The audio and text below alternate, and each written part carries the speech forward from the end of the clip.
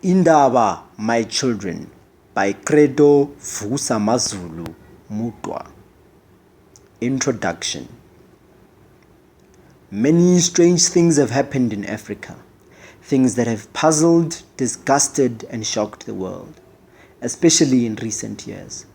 Things for which the world has had little or no explanation, and things that can best be explained by first laying bare to the rest of humanity the strange working of the mind of the African.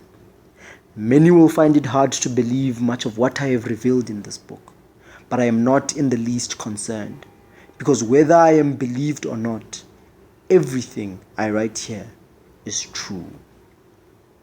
Much of what I shall reveal here will shock and anger many people, most of all my fellow Bantu, who resent having their doings and secrets exposed to foreigners. By writing many of these things, I am becoming, in terms of our tribal laws, a traitor to my own race. And this is going to make me hold back much of what I should also reveal. Terrible as the stigma of traitor is, I shall risk bearing it in the belief that what I am doing here will help my people in the end. Only time will tell whether I am right or wrong. There has been much suffering and bloodshed in Africa in recent years. Bloodshed that has led to hatred and still more suffering. And the most pathetic thing about this is that much of it could have been prevented had the white rulers of Africa have a better knowledge and a better understanding of the way that a black man's mind works, more than they do even now. Kenya's Mau Mau uprising, Angola's rebellion, the massacres in Congo, riots and killings in South Africa, all soon to be written in blood, permanently on the highway of human history, all soon to be written in bleached bones on the desert of time. All was started by one thing: the total lack of understanding between black and white, the utter failure of one race of human beings to understand what goes on in the minds of the other race. The saddest thing is that this misunderstanding is mostly on one side, the more powerful side of the two, the white man's side. If any black man with a little knowledge of English, French, or Portuguese wants to study the white man, as I have done, all he has to do is to go to the nearest town and become a regular customer of one of the second-hand bookshops there.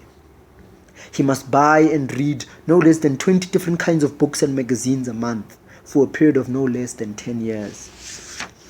He must read classics, philosophical works, and even cheap murder mysteries and science fiction. He must read Homer, Virgil, Aristotle, and the rest. He must turn the pages of Walter Scott, Voltaire, or Peter Cheney. He must read the newspapers with great care. Gradually, as the years pass, he will gain more or less a clear understanding of the white man, his way of life, his hopes, and his ambitions. But few white people have ever bothered to study the African people carefully. And by this I do not mean driving around the African villages taking photographs of dancing tribesmen and women and asking a few questions and then going back and writing a book. A useless book at that. A book full of errors, wrong impressions, and just plain nonsense. In fact, many of the books written by Europeans about Africans should be relegated to the dustbin.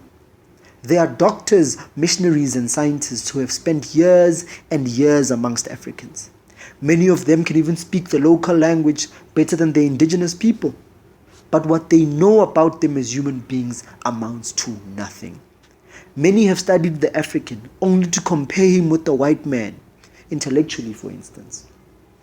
Many more have studied the African in order to find justification for the policies of the ruling group they work for and support.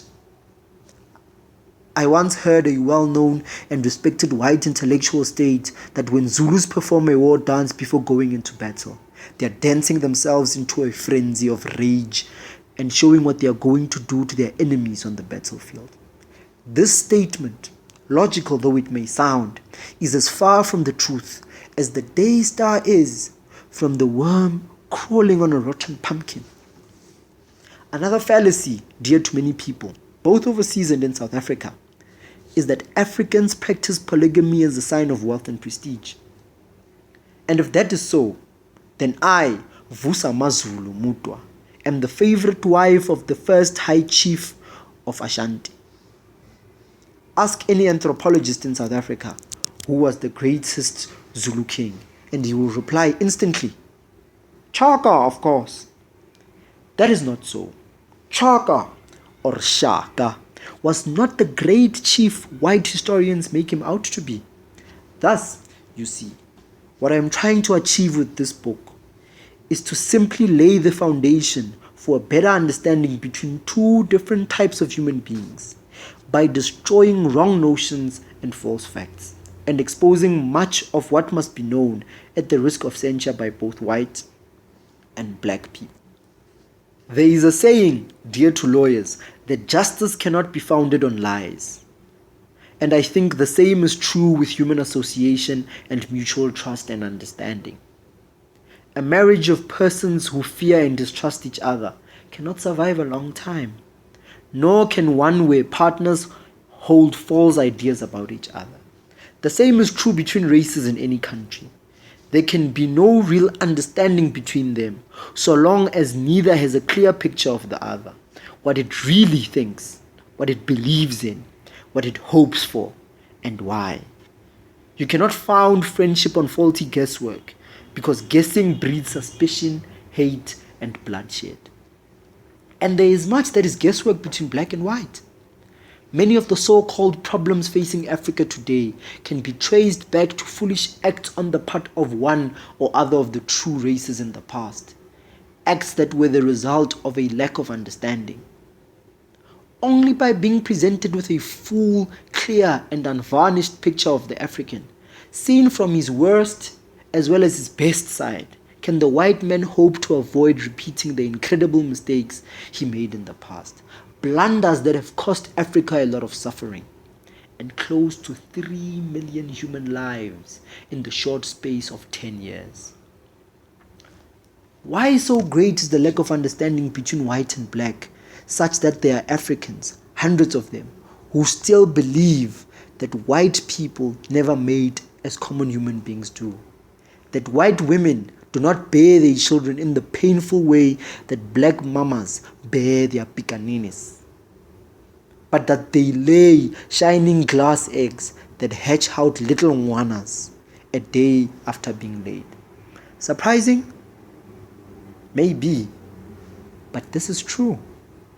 Thousands of black people in Rhodesia and Portuguese East Africa attribute godlike and terrible powers to whites.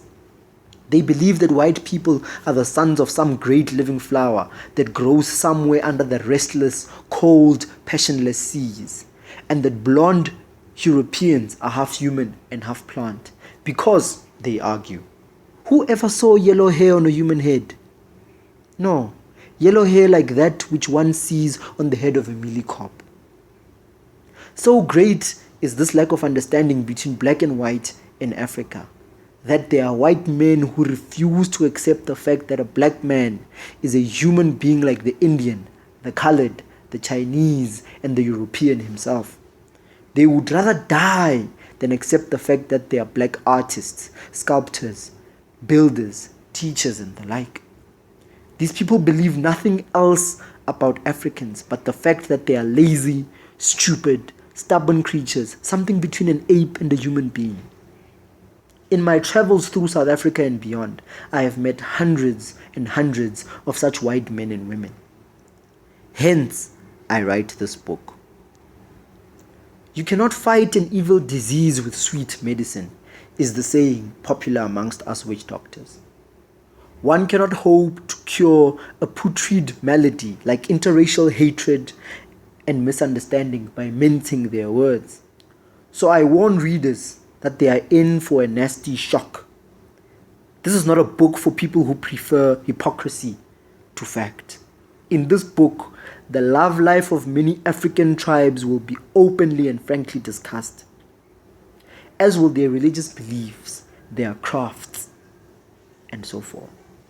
In the later chapters, you will read about the African peoples of the present time, their strange and varied reactions to civilization, and also what they think about events in Africa today. You will also read about many things that have been deliberately withheld from the world, things that are common knowledge to all African people within the shores of this continent.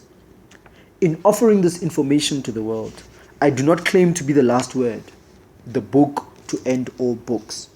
In fact, I intend for this book to be the forerunner of many more to come, and the book to pave way for other African writers, some of whom may have amassed much more knowledge of our fatherlands in the course of their lives than I have done.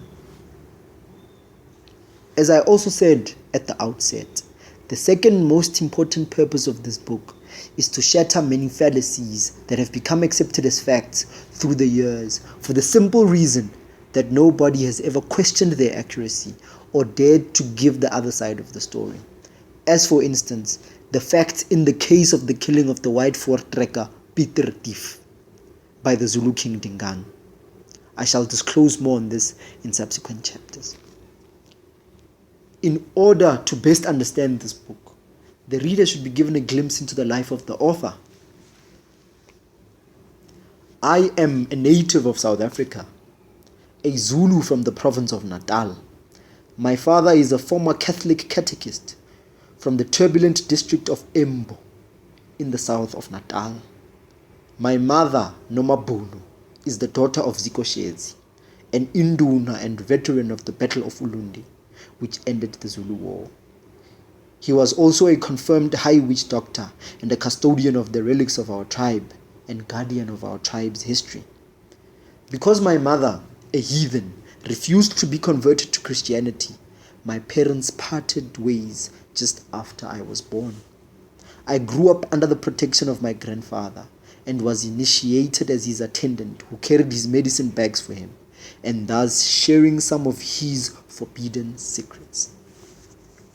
In 1928, my father came and asked permission of my grandfather to take me away, and because of my being an illegitimate child and therefore a disgrace to Ziko's family, my grandfather, Ziko himself, agreed, despite my mother's protests. My father and stepmother, they 3 children and myself, came to the Transvaal in the middle of that same year. We lived on a farm beyond Potchefstroom. My father was a laborer there, and it was here in 1932 that my stepbrother, Emmanuel, died after being whipped by the farmer, my father's employer, under circumstances which are best left undisclosed. For the next 20 years, we lived on different farms, and then lastly at the mine where my father still works today as a carpenter. This mine is in the southern suburbs of Johannesburg. In 1954, I found myself employment in one of Johannesburg's leading curio shops, a shop specializing in African art. Except for 6 months when I was working in a pottery firm, I have been employed there ever since. Being an amateur artist of sorts, I have traveled quite widely in the country of my birth, first with Catholic priests in 1946 and 1948, and then with my present employer in 1958. On returning from Rhodesia that year, I visited my mother and grandfather in Zululand after more than 30 years, and at their command, I renounced Christianity and underwent the ceremony of purification in order to begin training as a witch doctor, and also in preparation for assuming the post of custodian of our sacred tribal relics in the event of my grandfather's death. I have now completed my training as a medicine man and have gained a lot of knowledge that I shall lay out in this book. In March 1960, a young Basotho woman whom I loved and hoped to wed, in place of my present faithless spouse, was among those who died when police fired on the crowd at Sharpeville near Vereeniging. On the night before she was to be buried, her parents, her brother and 2 sisters and 3 of their children, cut off tufts of their hair and threw them into her still open coffin, swearing to avenge her if it took them 1,000,000 years. Even if they should die in doing so, they were prepared. I took what is called a chief's great blood oath, cutting a vein in my hand the left one, and letting 10 drops of blood flow into one of the gaping bullet wounds that defiled her dark brown, slender body, swearing to tell the world the truth about the Bantu people, and as such, save many of my countrymen the agony of the bereavement we felt. I swore to do this, come imprisonment, torture, or death. And even if the very fires of hell or the cold of eternal darkness stood in my way, I was prepared. This book is only the beginning of the fulfillment of my oath, an oath whose keeping has become the only purpose of my intolerable life, and which will still be binding on my children and their children's children. So even if this manuscript is destroyed, I shall write other works like it until one of them does get published, be it after my death.